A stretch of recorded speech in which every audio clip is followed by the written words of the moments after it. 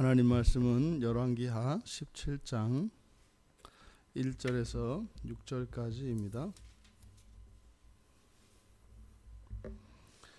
우리 같이 열왕기하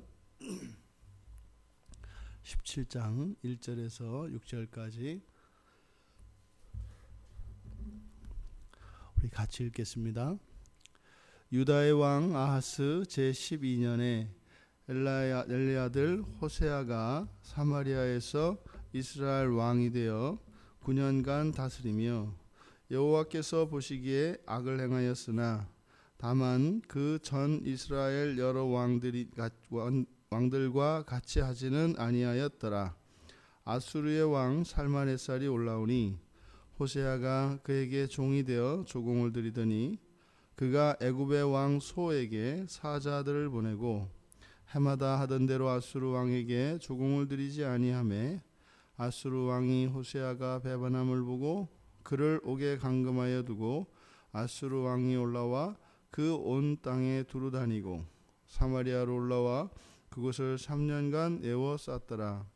호세아 제9년에 아수르 왕이 사마리아를 점령하고 이스라엘 사람을 사로잡아 아수르로 끌어다가 고산 강가에 있는 할라와 하볼과 메대 사람의 여러 고을에 두었더라. 아멘. 이스라엘의 마지막 왕 호세아가 소개되고 있습니다. 16장의 끝에서 16장에서 살펴보았던 유다 왕 아하스와 북이스라엘 왕 마지막 왕인 이 호세아, 이 둘이 또 대조가 됩니다. 그러니까 유다의 왕이었던 아하스는 이스라엘 북이스라엘의 그 왕들의 길을 따랐다고 이야기를 합니다.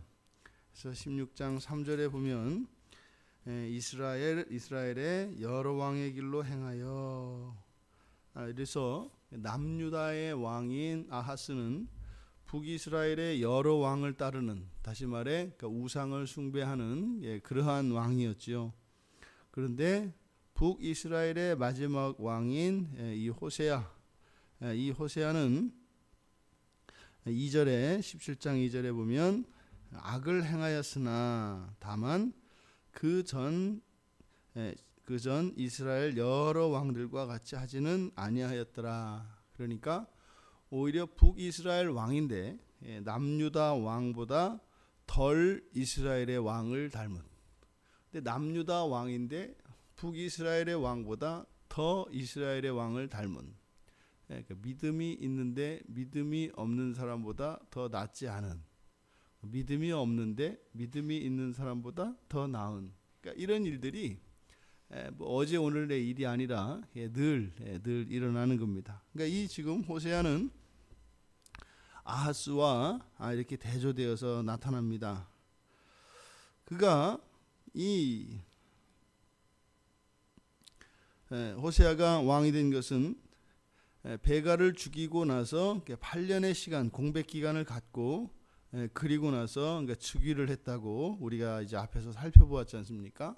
그래서 베가를 죽인 것, 이것은 이제 아시리아의 묵인 하에서, 용인 하에서 그 일들이 이루어진 것이었고, 그리고 실제로 호세아가 그 선 왕인 바로 앞에 왕이었던 베가를 죽인 것과 왕이 되는 것 사이에 이 8년이라고 하는 긴 시간의 이 공백 기간이 있는 것을 보면 그가 비록 베가를 죽여서 그러니까 반란을 일으켜서 성공한 듯 보였습니다만 실제로 왕이 되는 데까지는 오랜 시간이 걸렸고, 또 그를 호세아를 왕이 될 수 있었던 것은 이 아수르의 용인 하에서 가능했던 것이었죠.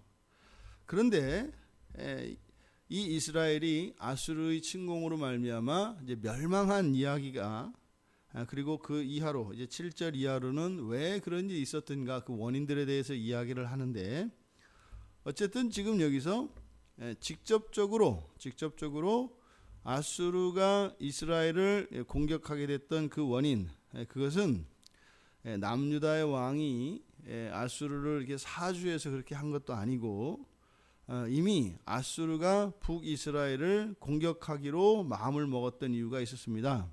그게 무엇이냐면 조공을 드리는 문제였습니다. 그러니까 아수르에게 정복당하였다가 대신 이제 조공을 드리기로 하고 이제 북이스라엘이 자유로워졌는데, 그래서 계속 조공 관계를 유지하면서 정권을 호세아가 유지할 수 있었습니다.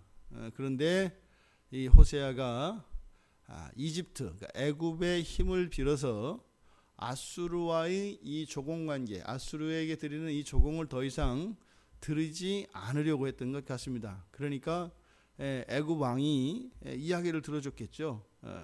그래서 뭐 네가 아수르에게 이렇게 조공을 끊는다 하더라도 만약에 아수르가 너희를 공격한다면 우리가 너희를 도와주겠다라고 하는 그런 약조가 있었겠죠. 그래서 이 호세아가 더 이상 아수르에게 보내던 조공을 이제 더 이상 보내지 않고 중단했던 것입니다. 그래서 그것에 대해서 아수르가 공격을 한 거죠. 사실은 이렇게 조공을 드리다가 조공을 드리지 않는 요 사이에 아수르의 왕이 바뀌었습니다. 왕이 바뀌면서 호세아가 이렇게 조공을 드리지 않게 되었던 거죠. 그것으로 인해서 결국 이 북이스라엘은 멸망하게 됩니다. 근데 그 멸망하는 과정을 보니까 먼저 호세아가 옥에 감금되었다 그래요. 그러니까 이 호세아가 가지고 있는 이 왕권이라고 하는 것이 얼마나 유명무실한 것인지, 그리고 아수르에게 이미 그 주권이 침탈되어 있는 것을 우리가 볼 수 있습니다. 어떻게 뭐 그렇다고 그래서 나라가 멸망한 것도 아닌데 어떻게 왕을 옥에 가둘 수가 있겠습니까? 그러니까 이미 사실은 이스라엘의 주권은 거의 땅에 떨어진 그런 상태였던 거죠. 자기들 마음대로 왕을 감옥에 가둘 정도니까 말이죠. 그러니까 호세아가 감옥에 갇혔다 할 때 아수르로 끌려가서 그렇게 되었는지, 아니면 예루살렘 내에 감금된 것을 이야기한 것인지 그것에 대해서는 정확하지 않습니다. 그런데 어쨌든 왕을 가두고 이제 사마리아를 공격을 해서 이스라엘을 3년간 포위했다 이렇게 얘기합니다. 3년간 포위했더라. 그리고 나서 마침내 이스라엘은 완전히 이제 역사 속에서 사라지게 됩니다. 그리고 이스라엘 백성들은 이제 이스라엘의 포로로 끌려가서 아수르 제국의 전국으로 흩어져서 거주하게 됩니다. 이것이 이제 이스라엘의 디아스포라의 본격적인 시작입니다. 지금까지는 이렇게 오랜 기간 동안 솔로몬이 주권한 이후에 그 아들 르호보암 때에 이르러 남유다와 북이스라엘로 나뉘어서 그렇게 남과 북이 대조되어지며 경쟁하며 그렇게 계속되어 왔던 한 나라 한 민족이었던 이스라엘의 이 분열 왕국의 시대가 이제 멸망함으로써 끝나게 됩니다. 이 세상 모두가 선한 것도 선한 사람도 악한 사람도 모두 이제 끝이 오게 됩니다. 또 더 나아가서 역사 속에 존재했던 모든 나라들이 다 사라지는 그 때가 옵니다. 이 이스라엘 역사를 통해서 이 열왕기 저자가 우리들에게 보여주는 것은 무엇이겠는가? 마지막 왕인 호세아, 그가 여로보암의 죄에서 완전히 벗어나지는 않았지만 지금 이 호세아에 대한 평가에 여로보암의 죄에서 떠나지 아니하였더라라고 하는 평가가 없습니다.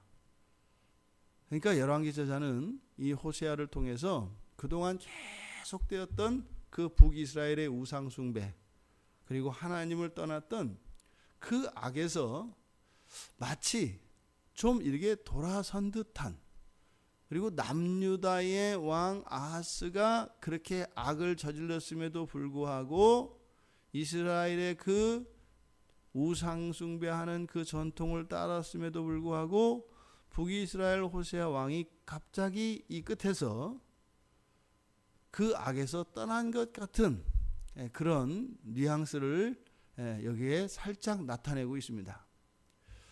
그것이 바라기는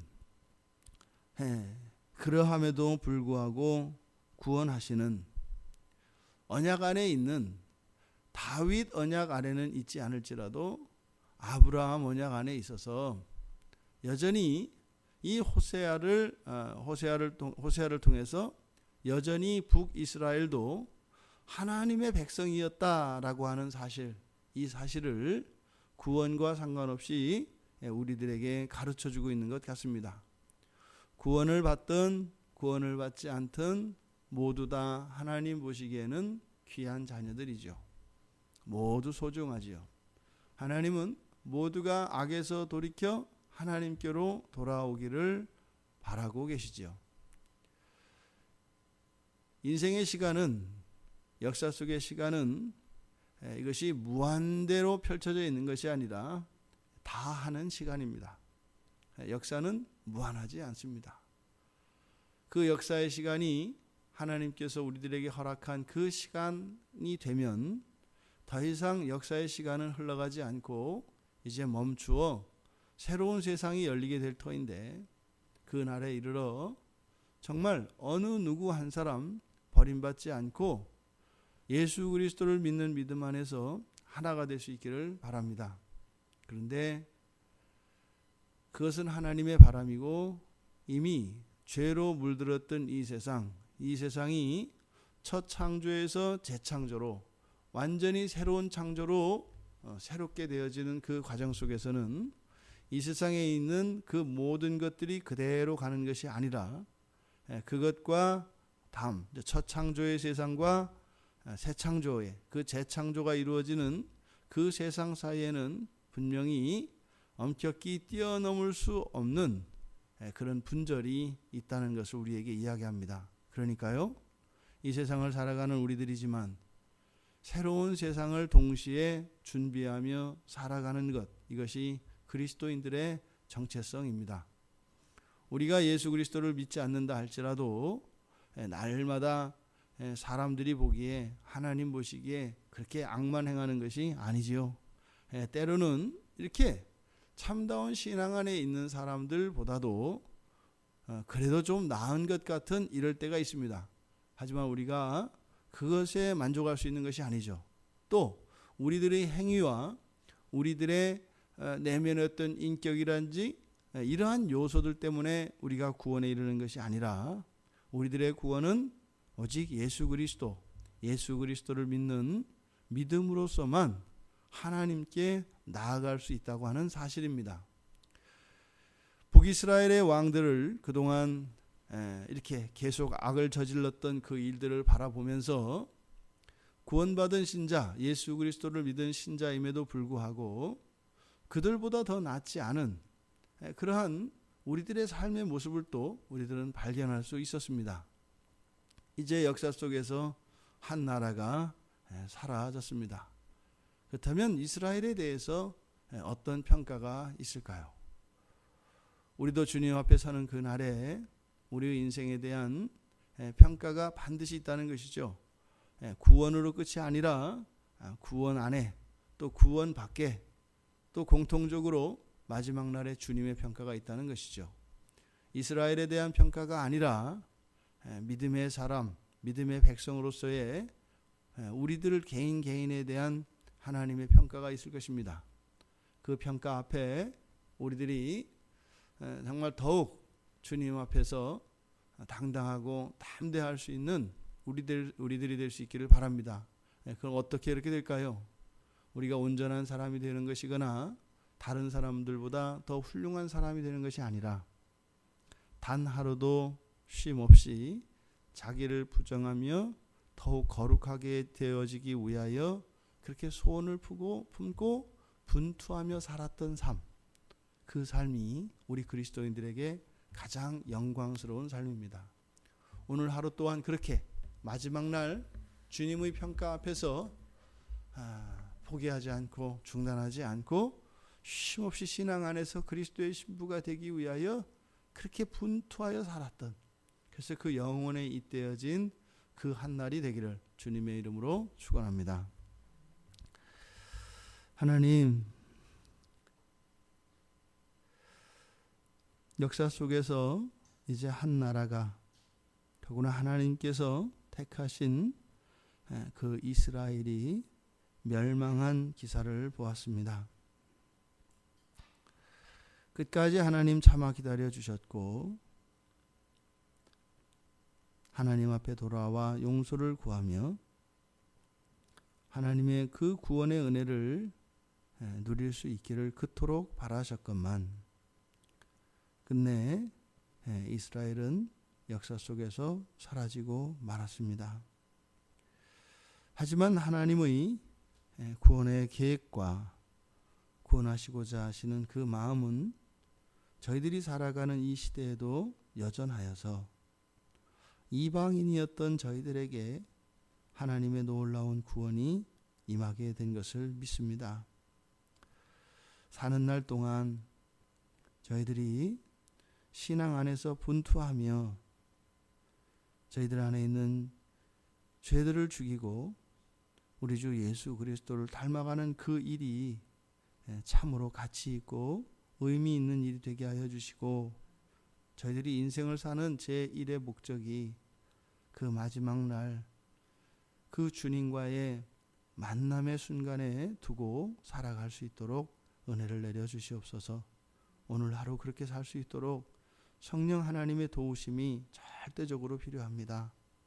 저희들을 그저 홀로 내버려 두지 마시고 저희들의 마음을 주장하여 주시고 저희들에게 착한 마음을 주셔서 하나님 기뻐하시는 그 삶으로 이 하루를 살아갈 수 있도록 은혜를 내려 주시옵소서.